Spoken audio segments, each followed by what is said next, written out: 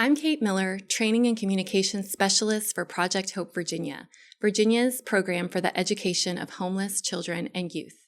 As we continue to highlight the amazing work of McKinney-Vento liaisons, community partners, and educators across the state, I am so honored to introduce our guest for today's episode. Dr. Ryan Sykes is a nationally recognized public school educator and advocate from Chesapeake, Virginia. After beginning his career in 2011 as a sixth grade special education math teacher in Chesapeake Public Schools, he became an assistant principal at Carter G. Woodson Middle School in Hopewell, Virginia. It was in this role that he won the Millikan Educator Award for the Commonwealth of Virginia in 2019. Dr. Sykes received his doctoral degree in Education Administration Supervision from Virginia State University in May 2024. He is currently the assistant principal at L.C. Byrd High School in Chesterfield County Public Schools. He's also the chief operating officer for Building Our Youth, LLC, a mentoring and therapeutic day treatment and healthcare provider serving Central Virginia since 2019. In August 2024, Dr. Sykes founded PopScholar, Inc., a nonprofit organization dedicated to rewarding high school seniors who've experienced homelessness and who intend to pursue a career in teaching. Thank you so much for joining us today, Dr. Sykes. Thank you for having me. I'm excited. We're excited to have you. Dr. Sykes, many of the people who were just listening to that extensive list of your accomplishments may not realize just how much of the work that you do today is driven by the adversity that you experienced when you were growing up. Mm-hmm. Can you talk a little bit about the experience that you had growing up, experiencing homelessness, and some of the personal challenges that you faced? Well, it was hard, to say the least, but just not knowing, from night to night, from day to day, where you're going to stay. So when you think about anxiety, that has developed, anxiety in me that is still there to this day. Because wherever I went, I'm not sure what would happen, from being held at gunpoint to, my house being shot up. It just created a lot of anxiety. I was always anxious. And, but on the surface level, I was always hungry. Going to school, that was a challenge. Didn't wear the best clothes. There was large periods of time where I would often not live with my mom, or I wouldn't live with my dad, or I wouldn't live with either of them. And this is 5 of us, in total, me and 4 of my brothers. And it went long periods of times where I wouldn't see them and talk to them. So just a lot of anxiety that it created within me. And just the experience of living with other people, other family members. I always felt like I was a burden growing up. So, just, it's lonely. Mm-hmm. It's definitely something that, that it changes you forever. Mm-hmm. Thank you for sharing that with us today. It's really clear that while you've obviously overcome so many of the challenges that you face, that you still carry a lot of the impact that being homeless as a young kid had on you.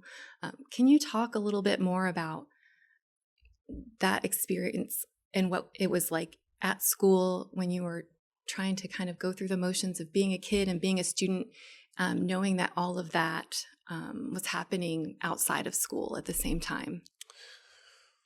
Well, going to school, that was a challenge, because things that would happen wherever I lived, whether it was a boarding house with family members, Salvation Army, hotels, motels, I would see things that I know I shouldn't have saw. And going to school, those images stayed right there in my head. Mm-hmm. So when it was time to, focus on the academic piece, I wasn't all in. I wasn't all there mentally. Because I was thinking about, well, what's going to happen when I go home? Going to school, back when, when I was in, elementary school and even in middle school and high school, they did this thing called popcorn reading. Mm-hmm. And, that's when, pretty much you would call on a student randomly, right, to talk, or it would be like sequential reading where we would sit in rows and the student would have paragraph A and then the teacher would stop.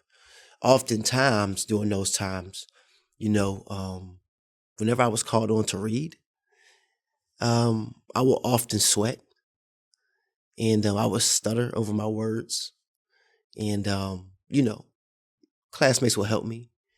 Some help. Some would laugh. That didn't make me feel great. So just reading, you know, in general was a struggle. I always liked numbers though, but that was a struggle as well because I didn't have any, outside tutoring, and education just wasn't a priority, in school. Um, I would come home from school, I wouldn't do homework.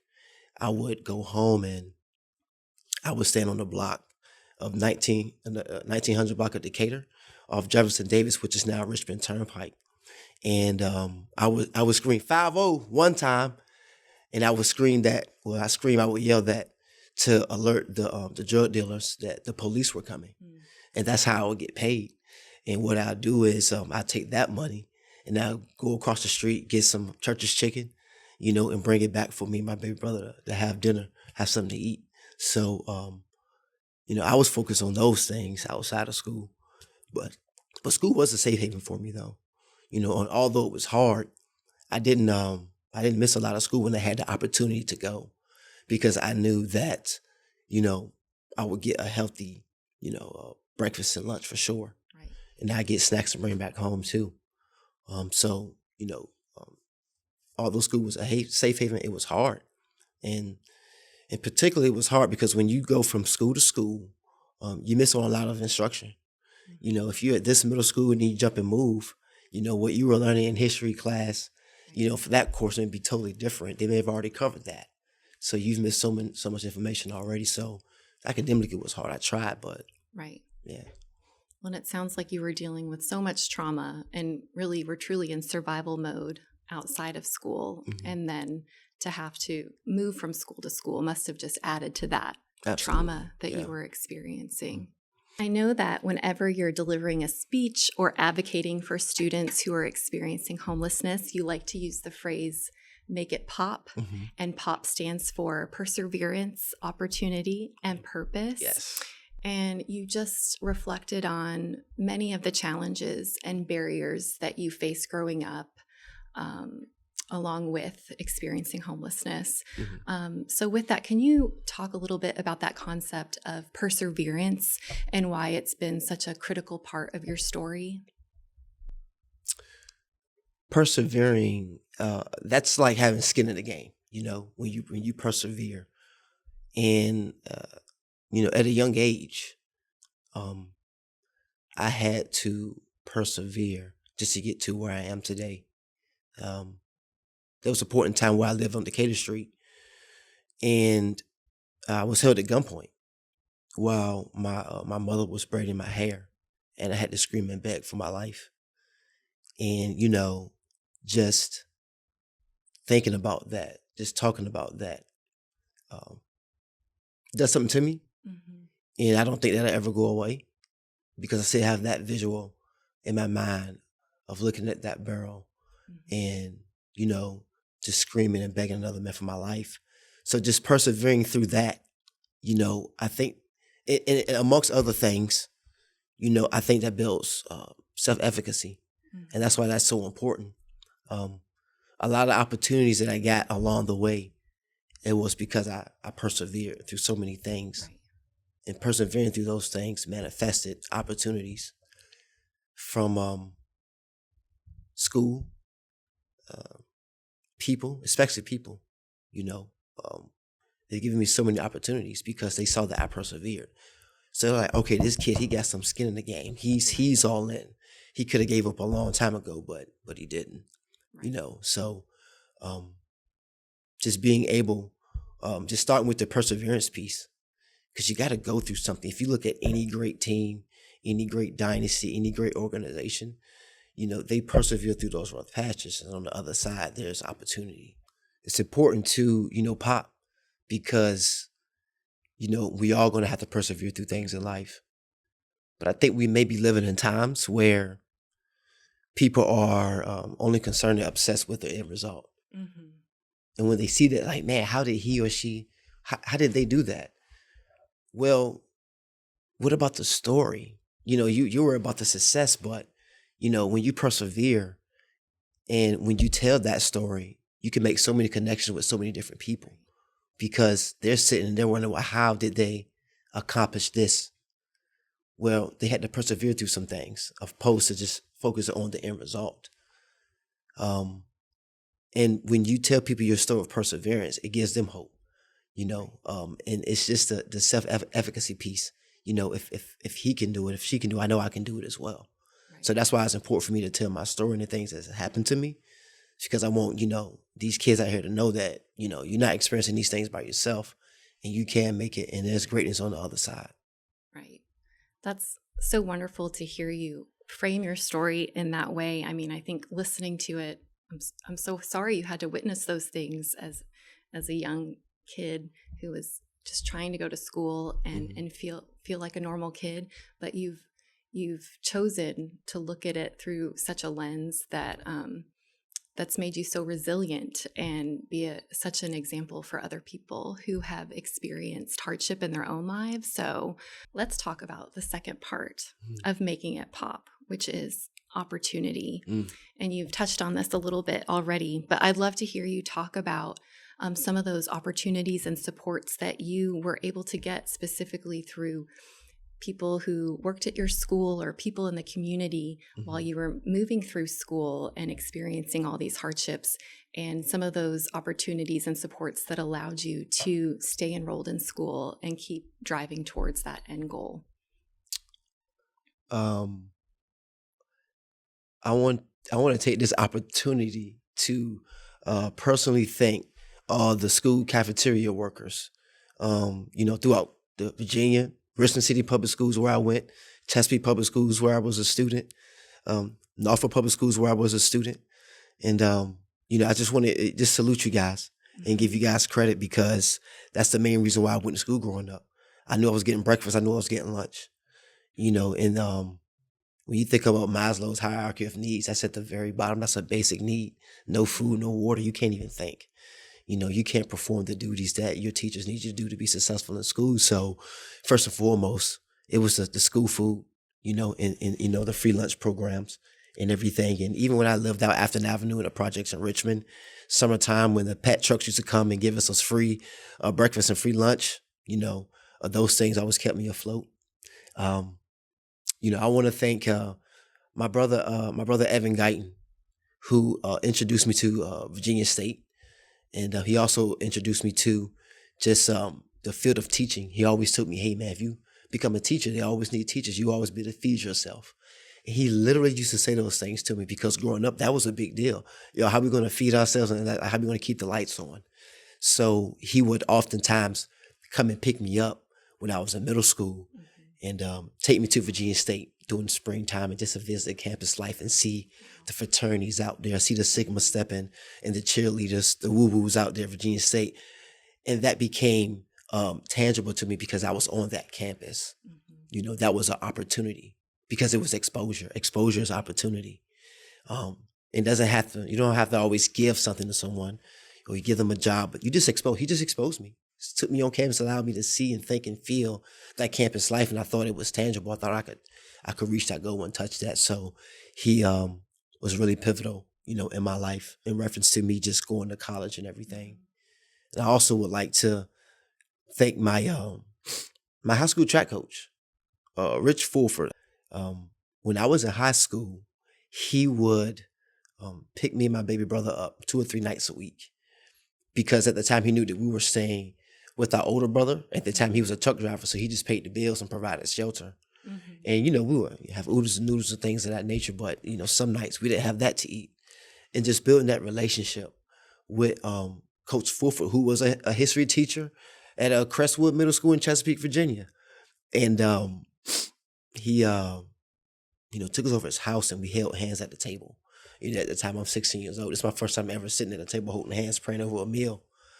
And that's a big deal. So once again, I was exposed to something different. And I was exposed to the fact that people care. And that's what he showed me that. I feel like he was, I have this thing I like to say, I lead from the SEC, which is sympathy, empathy, and compassion. And he's a model of that. He leads from sympathy, empathy, and compassion. That's what he was doing for me, my brother and I, picking us up, and giving us, meals 2 to 3 times a week, healthy meals. So he was really pivotal, in my life. He was an opportunity for me. My first track meet outside of the state of Virginia was at the University of Tennessee. Once again, exposure. Another individual who was important in my life, who gave me that opportunity, was my aunt, Lily Washington. She stayed in a 2-bedroom apartment, and oftentimes her grandkids would be there, about 5 or 6 of them. But whenever we got evicted, whenever we didn't have anywhere to stay, she was always there for us, for my brothers and I, myself, and she passed a couple of years back, but I don't ever think I had the opportunity to thank her. So I just want to give her this moment, because that was without her, I wouldn't have been able to go to Great Bridge High School to meet my high school track coach, who gave me those opportunities. And I also would never have met Miss Rita Viola, who I call Mom now. She is a former teacher in Chesapeake, Virginia at Crestwood Middle School. I think she's doing some subbing now, but she's a history teacher. Hopefully Mom, I hope you land that spot at Grassfield High School, but she came in my life when I was a senior in high school, and her husband owns a construction company, and they heard that I was running track, hadn't yet got a scholarship, and they heard that I was a busboy at Courthouse Cafe right off Battlefield Boulevard in Chesapeake, Virginia. I was busting tables, and I also worked at the Dairy Queen, trying to make all the money I could to go to college. And she heard my story, and she invited me to her house to do some work, and they were paying me very well. Just ever since then, we were able to build our relationship. So I've been calling her Mom ever since. She's just an amazing woman. So she gave me that opportunity as well, when I was in high school. So, and I'm going to say one more person, my Uncle Calvin. He gave me an opportunity. I used to write to him as well when I was in high school. And he used to, tell me about how, don't get out here. No matter how terrible your situation is, don't get in trouble, because you don't want to be behind bars, and, writing to him just really opened my mind, and it kind of kept me off the streets as well. So, in my younger years when I was in high school, those things were solid. Those were those opportunities. And when I got in college, and just to fast forward, college, because of the homelessness I experienced, never really was the best reader and writer, right? So even in college, I struggled with something called the praxis exam. So all my teachers, you guys know, you heard about the praxis test that they're getting rid of now. But back in 2010, 2011, you had to pass that at Virginia State University to graduate, to get through their school of education. And I took that praxis test about 6-7 times before I finally passed it. But before I passed it, Mr. Wade Whitehead, he's the founder of Teachers of Promise Institute. He gave me an opportunity to be a part of the Teachers of Promise Institute, although I haven't yet passed the praxis test. And being up at JMU with the other teachers, soon-to-be teachers, throughout the state of Virginia, they already passed the test. So I was there knowing I haven't, it just gave me that a sense of self-efficacy once again, that, hey, man, although you didn't pass that test, you belong here. So I took that. When I got back to Virginia State, I got on my horse, and I studied. I prepared. I persevered. Opportunity to take the test again, I made it pop. So, that's when I became a teacher, which led to me winning the Milk Educator Award. So everything kind of, it's aligned. It flows. Just listening to you describe and list all of the many individuals who have been there along the way, from the school cafeteria workers who I agree are like our unsung heroes in our eyes and ears for our students that are in need and our students experiencing homelessness. They see things other school staff might not see. But then as you went on describing all of the other, teachers or neighbors or your uncle that was giving you guidance, just showing you that there was another path for you, and helping you to see that path, and also that you were able to then carve it out for yourself because of that perseverance that you have and that you've been talking about. So just thank you for sharing that and giving, acknowledging all of those people that have been there on your journey. Now, as an educator and leader who sees students experiencing similar challenges, or students experiencing homelessness and facing similar hardships that you faced, what signs do you look for or questions do you ask when you are trying to look out for students in similar situations? Yeah, are they wearing the same shoes every day, the same shirt, same pants? If it's cold outside, you don't have a coat, you don't have a hat. Um, if it's hot outside, why are you wearing a hat? Why are you wearing a coat? So those are all signs of that I think, where I remember just hiding something, and just being real secluded and just almost like a lone wolf mindset, to a certain degree. I look for those kids. But I think that's what ultimately led to me developing PopScholar, incorporated my 501c3, so I can be intentional about helping that population of kids. So, my purpose, is I'm working with a guy named Dr. Drakeford with my nonprofit, and he developed this framework about purpose, and this is and it's tied to Pop, but he said your purpose is your passion plus people divided by pain.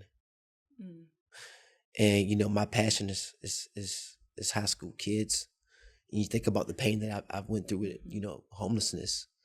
I'm just so passionate now, and that is my purpose.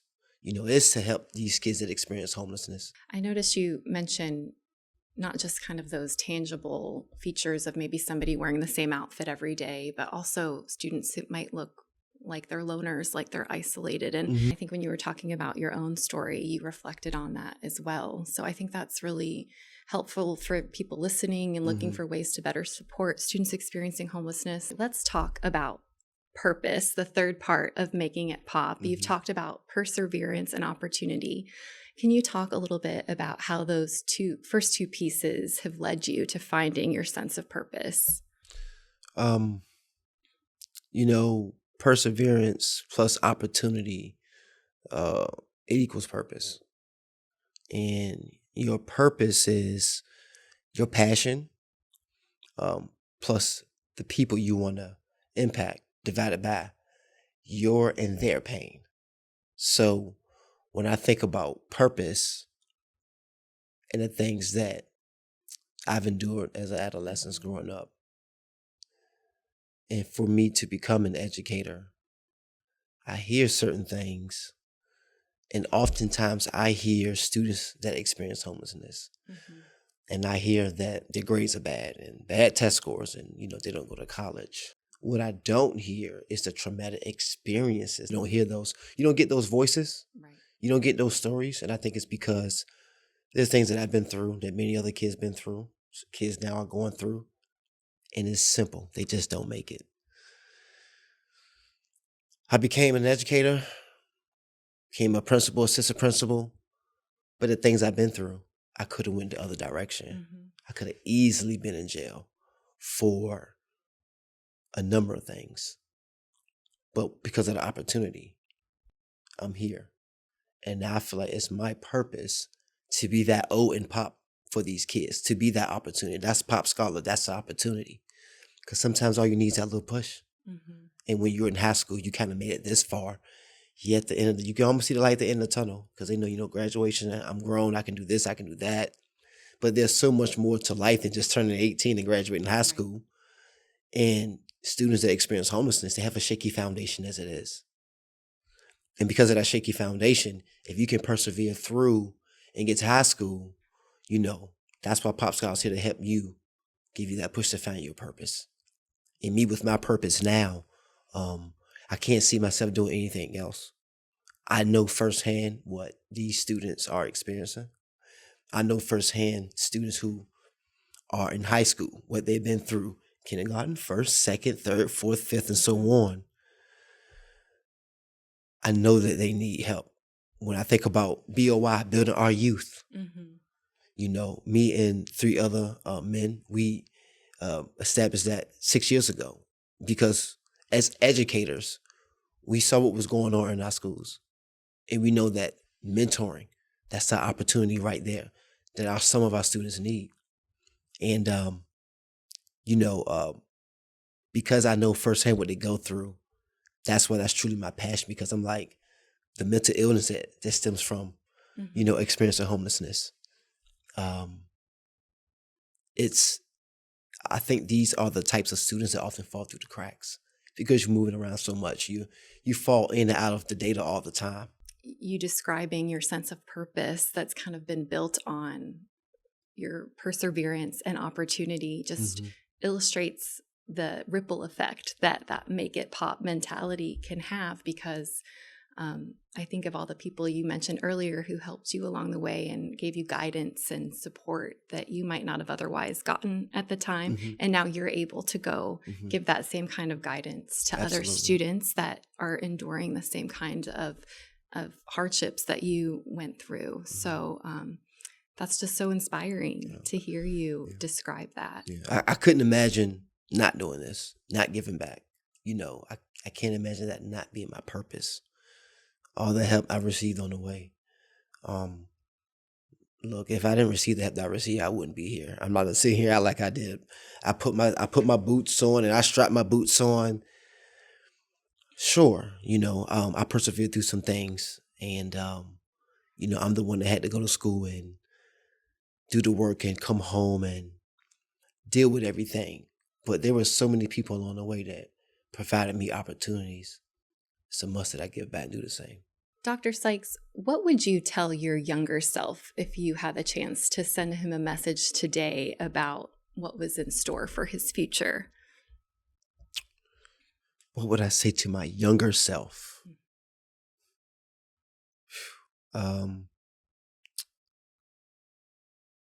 That's a tough one. I would want to tell him, I would want to tell him to make it pop. I would want to tell him to continue to persevere. I would tell him that if you keep fighting, opportunities are going to come your way, and one day you're going to be in a position to help, kids who are going through the same exact things you're going through right now. So I'll tell them, don't give up. Don't turn to the streets. I was really close to that at one point in time before my house was shot up. I started to learn how to cut up crack cocaine and bag it up for the drug dealers at the age of 11. So a voice told me not to do that, but then I did it anyway. But my house got shot up, which forced me to move back down to Tidewater, Virginia, Norfolk. That's when I started going to Northview Middle School. If that didn't happen, I don't know what would have happened. So I would go back and tell my younger self, stay out of trouble. Go to school. I know it's hard, but don't give up.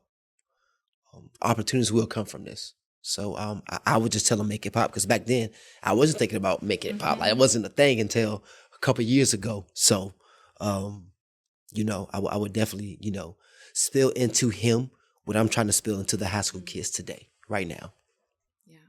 And even if you didn't have that make it pop framework mapped out, it sounds like your younger self did have that message inside, because you did persevere and achieve all of these amazing things. So, well, I'm excited to learn more about this new organization that you formed, that you've mentioned a few times. Yeah. Can you tell me about PopScholar Inc. and just what inspired you to create this organization? Wow. I mean, PopScholar, I would have to say that is my passion to help these high school students, because you're right there. When you're in high school, experience homelessness. I mean, one push could take you to college and far and beyond, and you can do so many other things. And if you don't get that support, there's a large percentage of students who experience homelessness growing up. They continue to be homeless as adults. So I think, PopScholar is here, for that reason, to be the opportunity in these students' lives,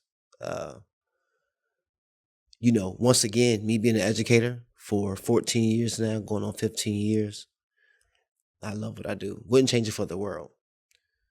But what I referenced to earlier about how my job, it just entails so much, Mm-hmm. you know, it doesn't leave room for me to work with the kids, these McKinney-Vento kids that fall through the cracks. Um, so I think this PopScholar is it's going to be a nonprofit that is going to uh, support these homeless high school students get to their next chapter in their life, to find health and wellness. I notice you talk about how much of this you kind of have to work on Mm-hmm. outside of your role as an assistant principal. And I just think that speaks so much to that purpose that you Mm-hmm. feel kind of within yourself, that you know that this is a need that students experiencing homelessness have. And you're going so much more above and beyond your 9 to 5 job or your 8 to 5 job to fulfill that need for these students with the work that you're putting into this organization, and making sure that their needs are met far beyond just their basic needs, giving them that guidance and support that they might not be getting outside of school. I want to ask you if you could walk us through those 3 pillars of PopScholar Inc. I know you have the PopScholar Scholarship, the Pop College Tours, and then the Pop Summit. Could you kind of walk us through each of those 3 pillars? So those 3 pillars, and I call them pillars because I look at PopScholar as a support system, and I need these pillars to be at the foundation to support, our mission and our vision. And, the first pillar is already started. It's a PopScholar Scholarship. And with this PopScholar Scholarship, it was truly inspired by me winning the Milken Educator Award in November 7th, 2019. I was surprised with a $25,000 check. I guess being an outstanding educator, right? That's what they said. So when I won that award, I truly did not know that I was going to be the winner. And for that to happen in front of all my teachers and my peers, it has never left my mind since. And just the feeling of that type of notoriety was like, it propelled me. And that I want to give that experience to our high school students who are experiencing homelessness, that want to go back to school to become a teacher, to be that opportunity in another kid's in another student's story. So that's the first pillar. These students, they're gonna receive $1,000, not asking for receipts. You can fill out the application, but you don't know you're going to win it. So what we're going to do is that we're going to pop up at their high school, and then we're going to award them with this $1,000 check in front of their peers. And we're going to let them know that you're a Pop Scholar. Sure, you don't have the best GPA, you don't have the highest ACT or SAT scores. You may have even gotten past high school by the skin of your teeth, but you persevered. You took advantage of your opportunities, and you're leading towards finding your purpose in life. And you experienced homelessness, and you still graduated, and you went many nights without having anything to eat, and you still graduated, and you've experienced sexual and mental and physical abuse, and you still went to school, and you still graduated. That's a Pop Scholar, experiencing through all that, and defeating the odds and just those challenges. That is what a Pop Scholar is all about. So I want those students to be recognized and just understand that somebody's watching. Everything that you've been going through, it's not in vain. Everything that you've been going through, somebody's watching. And if you continue to go through if you continue to persevere, see, that's what it's about. You win that award. If you continue to persevere, these opportunities are somehow, they're still going to manifest. They're still going to, pop up and show up.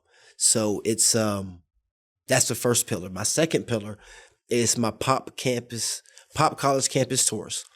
Well, my brother used to come and get me when I was in middle school to take me to Virginia State.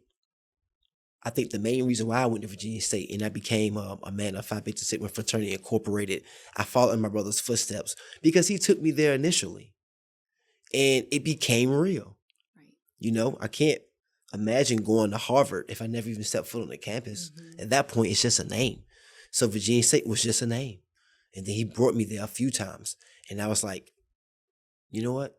I can be a college student. So by me exposing, because exposure is opportunity, by exposing these students to these different campuses throughout, I'll start with the state of Virginia, with the Commonwealth of Virginia, throughout Virginia, you know, I want those light bulbs to go off. Like, oh wow, like they do offer this here. I can do this. Oh, my GPA is high enough to do this. They don't know, and the resources and supports that they could get to attend a Women Married or Virginia State or U of R or what have you. Right. So that's the second pillar. Because once again, when you experience homelessness, you don't get to go on those campus tours like other kids. Your parents, they don't have the financial means to take you on these college tours. So how you going to get there? You're not. And if you don't ever see it, you probably will never ever believe that you can do that. So that's what PopScholar steps in, get those opportunities. And the third pillar is the Pop Summit. And the Pop Summit, that was inspired by the Teachers of Promise Foundation by Mr. Wade Whitehead.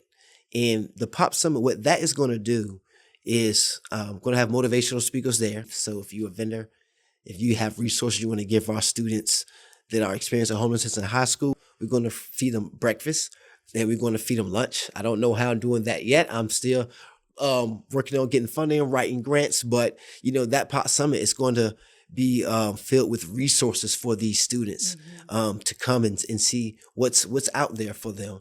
For example, Chesapeake County Police Department, they have this initiative where you could become like a police aide right out of high school, no college education, making about 42, 43 grand a year. If I've been experiencing homelessness all my life and I'm living in a hotel and I'm a senior, that don't sound too bad, you know, getting a gig like that, you know, and then that it also feeds to your 401k and, you know, it counts towards a step of becoming a police officer. If you choose that route, why wouldn't you?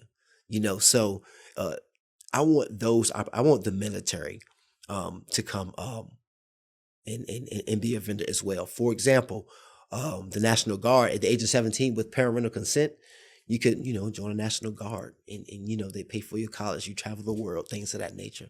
There are students who experience homelessness, they don't get access to those resources, you know, so I want to bring that to them just for them. It's for nobody else. It's for high school students in the Tri-Cities area that experience homelessness. So, you know, that Pop Summit, I plan to have some motivational speakers there and hopefully some door prizes for the kids. And I would love for them to leave with some resources and more importantly, a new mindset. I want them to leave with a pop mentality. You know, that if I continue to persevere, I'm going to manifest these opportunities that will ultimately lead to my purpose in life, which will lead to success. So, you know, that's my 3 pillars. And this, what I'm about to talk about, it's not a pillar, but I have a book, a children's book, grades 3 through 7. I got a children's book that's coming out. It's called Make It Pop, the story of persevere, opportunity, and purpose, where a young kid, you know, me, it's a true story. And I create a superhero. And through my positive imagination, what I do is this superhero, you know, says that I'm going to create something that is going to, you know, help save the world. And it's a mindset change. So as a young kid, I'm talking about perseverance, opportunity, and purpose, and how I got through a certain moment in my life where, you know, I was held at gunpoint and my house got shot up. And I talk about how school was a safe haven for me and how school was a pillar and how impactful teachers are and what I, you know, kind of did and the mindset I had at such a young age to actually make it and, you know, and to pass and be successful, you know, to the 7th grade. So that book's coming out pretty soon and I'm really excited about it to tell that story in a way that students can understand. I have a glossary in there to talk about certain things that they may not understand, like anxious, what's a boarding house, hand-me-downs, being woken up in the wee hours in the morning, things of that nature. So to try to paint that picture, you know, for that population of students. I think that's wonderful that you found a way to tell your story in that format, not just for students experiencing homelessness so that they can relate to your story in that way, but also for all students to use that book, so teachers or counselors would be able to use your book as a tool to really raise awareness about this experience that is not uncommon that so many of our students go through. So I'm really excited for that book to come out. I hope that we can, at Project Hope, get a signed copy in our collection. But just back to your PopScholar Inc. for a second, I just wanted to say how exciting it is to hear you talk about those 3 pillars. And you really are kind of a living, breathing example of showing these students what opportunity looks like through the way that you organized this new organization. And I'm excited to hear about your first round of scholars and everything they achieve after they receive that scholarship. And it's also just really wonderful to hear about bringing all those opportunities to them, whether it's taking them on college campus tours that they wouldn't otherwise be able to go on, or bringing them to your summit so that they can meet recruiters from the military or learn about other jobs out of high school, job opportunities they might not have otherwise known about. You are really, you yourself, but also with these other individuals you're pulling together at this summit, creating this network for these students that they wouldn't otherwise have, so that they can then figure out what their purpose is. So it's just really inspiring to hear about, and I'm excited to hear about all the successes that come out of PopScholar Inc. Can you talk about what it means to you to be in a position to connect students experiencing homelessness to the supports that they need to succeed far beyond high school? I think it means everything to me, because, PopScholar is just an extension to me of education, right? And like even to this day, when I'm talking with my friends or whatever, I say, "Yeah, man, I gotta go to school tomorrow." I don't say work. I say school, because I don't know if work can save your life, but school and education has saved my life. And it's put me in a position where I could, take care of my family. I can, pretty much get my son whatever he wants, which ain't much. But just coming from where I come from, that's a big deal. If he wants a game, there's no hesitation. I could get it, if he's deserving of it. He doesn't have to worry about food, where his next meal is coming from. His house will probably never get shot up, He'll probably never be held at gunpoint.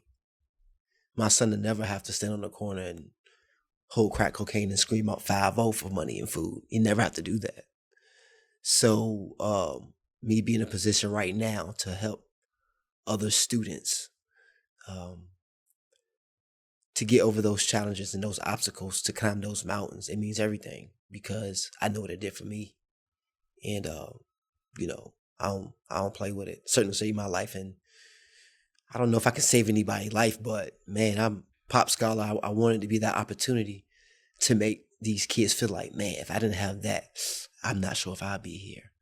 And that right there to me is, I think when I hear that, that's, I made it, I would say. Some people say I made it now, but that's when I could say I made it.